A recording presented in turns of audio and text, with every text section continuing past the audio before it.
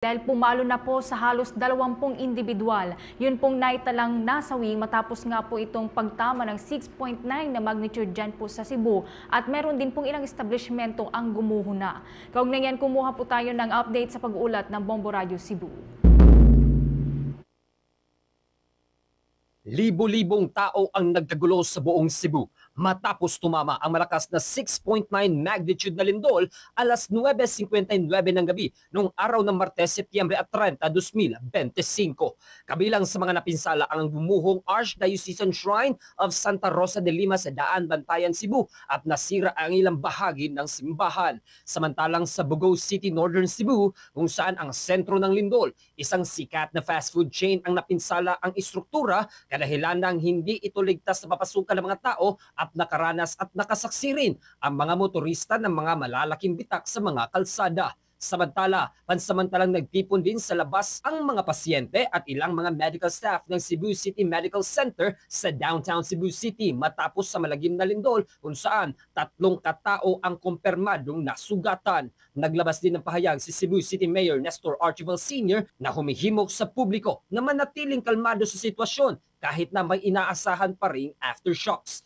Gayunpaman, iilang mga paaralan sa Cebu City, Mandaue at iba pa mga local government units sa probinsya ng Cebu ang nagdeklara na ng walang pasok sa paaralan ngayong araw ng Miyerkules, Oktubre 1.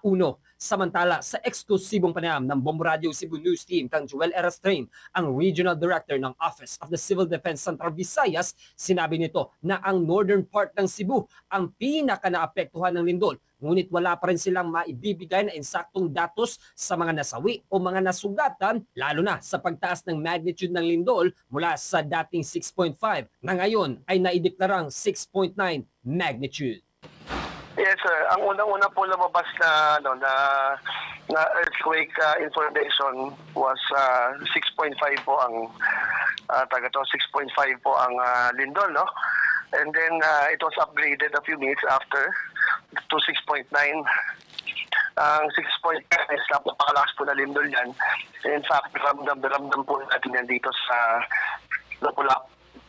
Ano tayo ng damages po in the north, especially kung saan po banda yung epicenter, which is Bugao City. So, meron din po tayong mga narinig from Sogod at meron pa po iba-iba, parang marami na po meron pa sa Tuburan, meron din sa San Remigio, meron din sa Bantayan Island.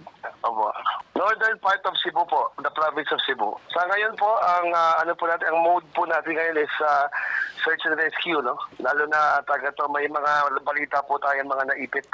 Sa ngayon, papunta po tayo ngayon ng Kapitolyo po ng lalawigan ng Cebu kasi gusto din po makipag-meet po ni Governor.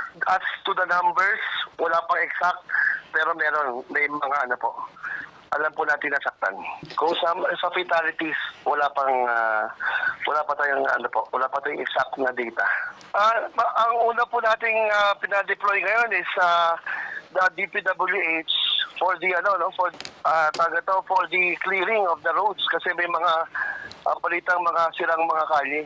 Umano na po yung nagbahayag na po na naubusan na po ng hospital beds ang ang syudad po ng Bugao.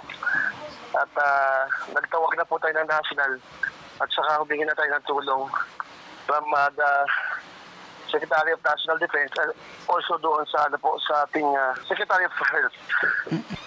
Alam naman po natin na lindol po yan, hindi naman talaga natin na-predict yan. Pero napaghahandaan natin yan. Hudyat din siguro yan para tayo sa mga okay pa na mga kababayan natin. Sige, palihog ako. Maganda na makisali tayo lagi sa tinatawag natin mga drills, no? Pero sa ngayon, kung ano po ba itutulong, handa lang po sana tayo tumulong.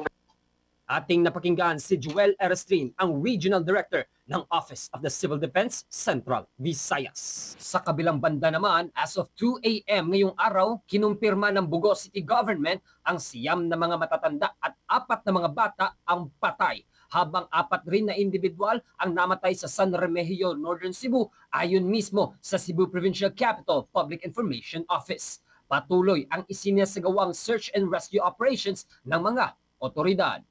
Mula rito sa lungsod at lalawigan ng Cebu, ako si Bombo Ken Apor para sa Bombo Radio Philippines, the #1 most trusted source of news and information, Basta Radio.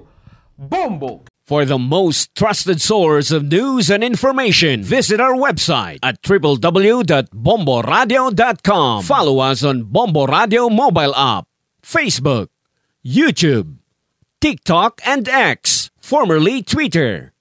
Like, share, and stay connected. Anytime, anywhere.